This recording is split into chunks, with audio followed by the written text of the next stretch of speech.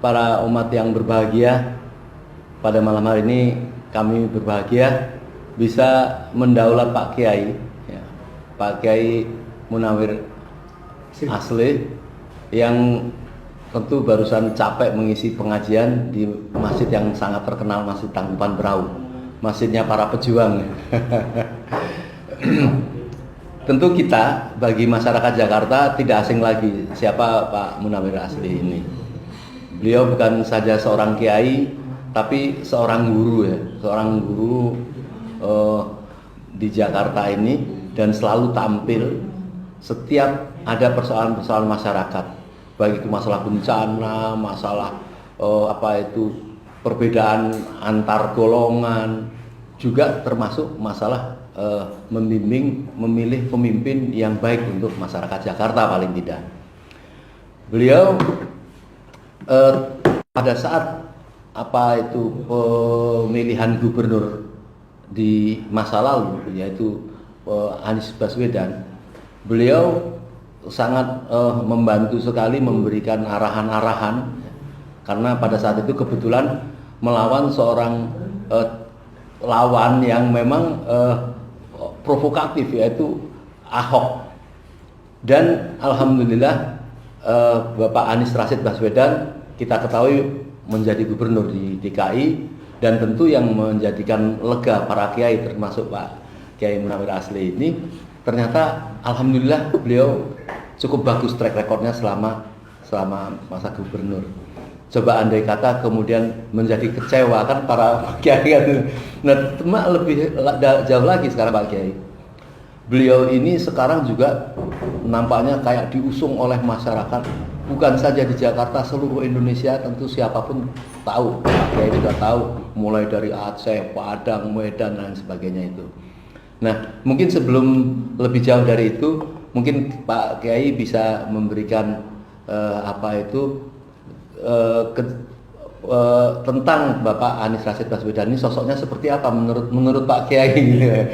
Terima kasih Pak Kiai. Assalamualaikum warahmatullahi wabarakatuh. Waalaikumsalam warahmatullahi wabarakatuh. Muslimin, muslimat, para pemirsa yang insya Allah diberkahi Allah Subhanahu wa Ta'ala. Alhamdulillah malam ini saya bisa bersebelahan dengan Om Lib, orang yang dekat juga dengan Presiden Anies Rashid. Masya Allah, Presiden. Saya kenal beliau dari 2016. Masya Allah. Dari 2016 saya baca diri beliau itu punya satu kekuatan. Kekuatan itu lahir karena kemurnian niat yang ia miliki untuk membawa Jakarta berubah menjadi lebih baik.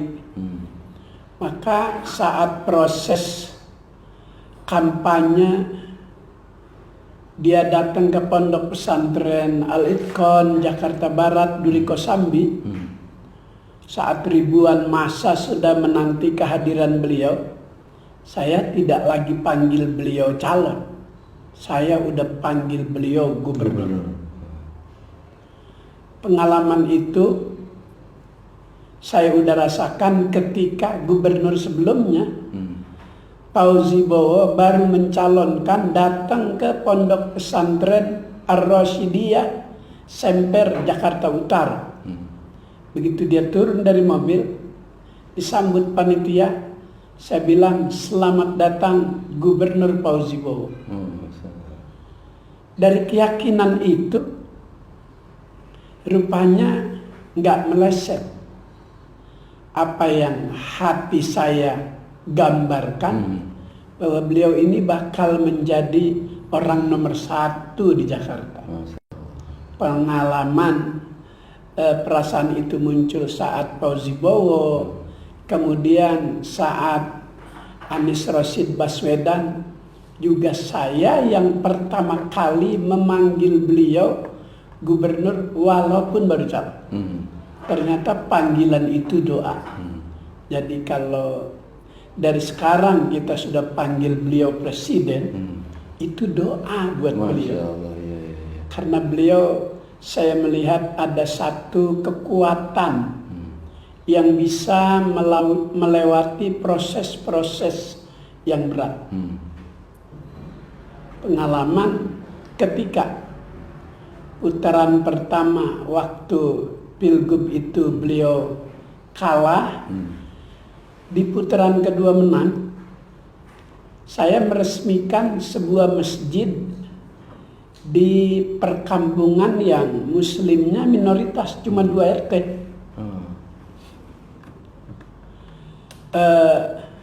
Biaya pembangunan itu didapat dari warga 50-50, dari muslim dan dari non muslim.